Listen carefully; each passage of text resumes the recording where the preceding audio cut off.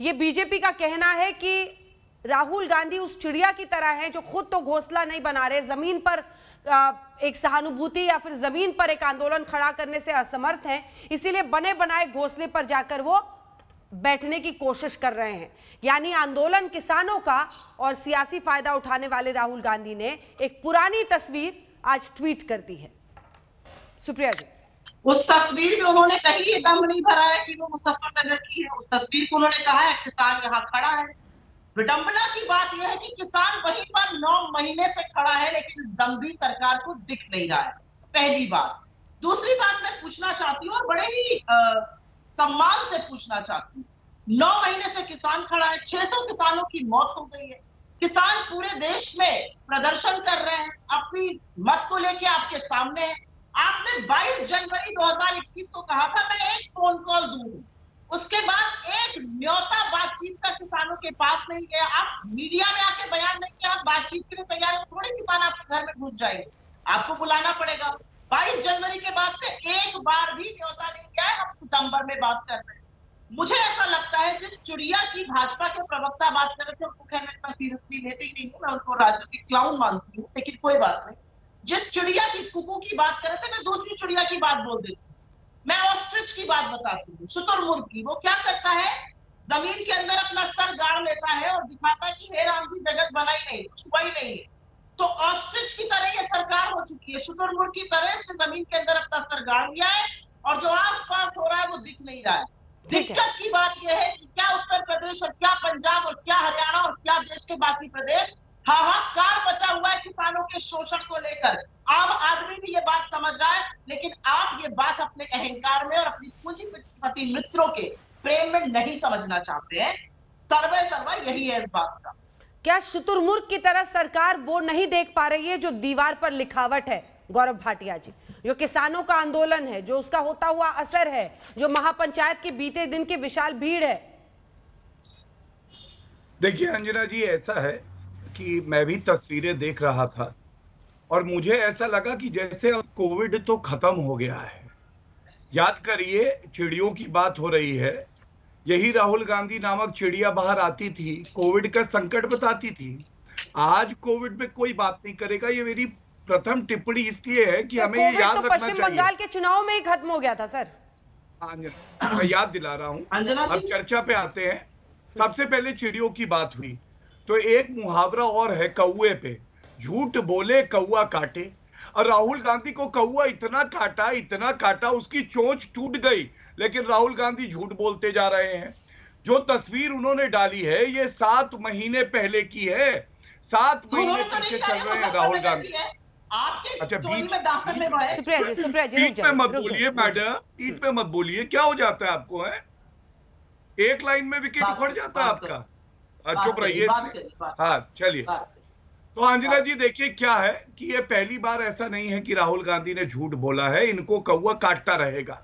और आप देखिए राहुल गांधी आज भारतीय राजनीति की चीयर लीडर की तरह हैं। ये खुद कुछ नहीं कर पाएंगे और इसीलिए कुकू का हमने उदाहरण दिया। ये केवल दूसरों की अगर पंचायत होगी तो उसमें शोर हल्ला मचाएंगे। मैं आऊंगा, जो तथाकथित किसान भी कर रहे हैं ये पंचायत, लेकिन पहले कांग्रेस की आपने बात उठाई वो पूछ लूं। आप ये बताइए, राजस्थान में कुर्की के नोटिस क्यों दिए जा रहे हैं? क्या राहुल गांधी को वो दिखाई नहीं देता? पंजाब की बात कर लेते हैं। ये जो किसान है तथाकथित, अगर इनको इतनी चिंता है, सेक्शन 25 पंजाब में है, कॉन्ट्रैक्ट फार्मिंग एक्ट, किसान को 5 साल जेल में डाला जा सकता है। क्यों नहीं आंदोलन कर रहे हैं ये भी बता दें।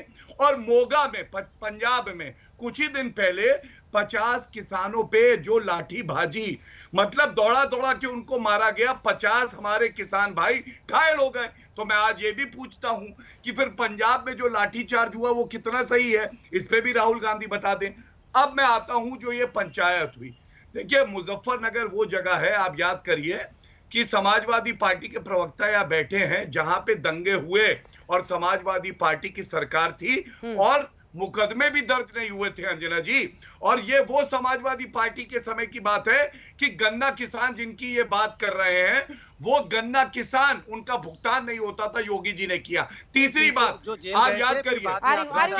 पूरा कर लें, आप ही जवाब दीजिएगा। रुक जाइए पूरा कर लें मिस्टर भाटिया, अब मैं इतना कहूंगा, देखिए जितनी रिहाना और मियां खलीफा किसान हैं, उतने ही किसान राहुल गांधी हैं और राकेश टिकैत है। राकेश टिकैत जी, आपका बयान है कि हमारा आंदोलन जो है राजनीतिक नहीं है। पश्चिम बंगाल पहले गए, अब अंजना जी क्या कर रहे हैं, यहां से कह रहे उत्तर प्रदेश के चुनाव आ रहे हैं। अगर दमखम है चुनाव लड़ो ना, लेकिन ये जो बहरूपिया बन के भ्रम की राजनीति करते हो, ये कितनी उचित है। और एक बात कह के अंत कर दूं, आप देखिए कितना सांप्रदायिक थी है, अल्लाह अकबर के नारे लगवा रहे थे।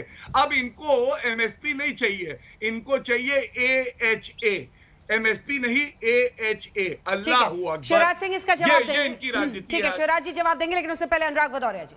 अनुराग भदौरिया जी, देखिए आपको पता है कि हिंदुस्तान, आपको पता है हिंदुस्तान कृषि प्रधान देश है। यहाँ 70% लोग गांव में रहते हैं, किसान भी गांव में रहता है। तो क्या भारतीय जनता पार्टी चाहती है गांव का व्यक्ति राजनीति ना करे, सिर्फ धन्ना सेठ राजनीति करेंगे? आप उनके हाथ से राजनीति छीनना चाहते हैं क्या? आप उनको मुख्य धारा से हटाना चाहते हैं क्या? ये हिंदुस्तान जब आजाद हुआ था, किसान लड़ा था, शायद आप भूल गए हैं। गांधी जी ने बोला था किसान हमारे साथ है, तभी हम लड़ाई जीत पा रहे हैं। स्वदेश जब मूवमेंट चला था तब भी किसान था, भारत छोड़ो आंदोलन चला था तब भी किसान था, सुभाष चंद्र बोस की फौज में भी किसान था। आप शायद भूल गए हैं। यही किसान है जो हमेशा लड़ता आ रहा है हिंदुस्तान को आजादी में। और ये भी याद रखना चाहिए आपको, जब यहाँ इमरजेंसी लगी थी तब भी किसान लड़ा था, गांव का व्यक्ति लड़ा था, जिसने इमरजेंसी खिलाफ, जिसमें आदरणीय नेताजी निकल के आए थे, आदरणीय लालू जी निकल के आए, आदरणीय शरद यादव जी निकल के आए। ये सब गांव के निकल के आए हुए नेता हैं। इसके मतलब आप चाहते हो अगर किसान राजनीति कर रहा है तो गुनाह कर रहा है क्या? किसान को राजनीति नहीं करने देना चाहते आप? चाहते हो नहीं, आप चाहते हो कि सिर्फ संपन्न लोग राजनीति करेंगे, धरना सेट करेंगे? आप नहीं, आप राजनीति को गिरवी रखना चाहते हो।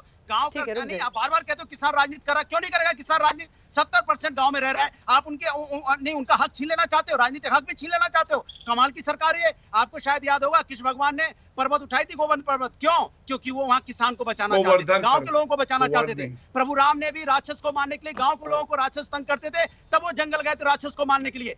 गांव के लोगों की राजनीति हमेशा रही है। और आप बार बार जब कहते हो ना किसान राजनीति कर रहा है, किसान राजनीति कर रहा है, इसके मतलब आप किसानों को गाली दे रहे हो। आप चाहते हो गरीब आदमी की राजनीति ना करे, कमजोर आदमी राजनीति ना करे, राजनीति सिर्फ धन्ना सेठ करें। और धन्ना सेठ के बीच में आपने ये जो खाई पैदा करने की कोशिश की है, गांव के आदमी को आप आगे बढ़ने से रोकना चाहते हो, गांव के आदमी का आप अधिकार छीनना चाहते हो। गांव का आदमी को आप क्या चाहते हो? गांव का आदमी हमारे देश में आए नहीं, देश का प्रधानमंत्री, मुख्यमंत्री या मंत्री नहीं बने, आप उनको रोक देना चाहते हो क्या? एक तरफ आप गांव गरीब की बात करना चाहते हो, दूसरी तरफ गांव गरीब किसान अगर राजनीति करता है तो क्या गुनाह कर रहा भाई? उसका इस देश पे अधिकार नहीं है क्या? उस देश में अपने अधिकार मांगने के लिए राजनीति नहीं कर सकता? कमाल की बात करते हो आप भाई कि नहीं ये राजनीति कर रहे हैं। राजनीति क्यों नहीं करेंगे भाई? ये लोकतंत्र में सबको अधिकार है, और लोकतंत्र में गांव के लोगों को ज्यादा अधिकार है। और गांव के लोगों को अपना अधिकार बचाने के लिए अगर राजनीति कर रहे हैं तो क्या गुनाह कर रहे हैं? आप उनकी मांग नहीं मानना चाहते, फिर कहते हो विपक्ष उनकी मदद कर रहा है। क्यों नहीं मदद करेगा विपक्ष भाई? विपक्ष अगर किसान परेशान है तो किसान के साथ खड़ा होगा, अगर महिलाओं पर अत्याचार होगा तो महिलाओं के साथ खड़ा होगा, अगर युवाओं के साथ आप गलत करोगे, महंगाई करोगे तो उनके साथ खड़ा होगा, बेरोजगारी बढ़ेगी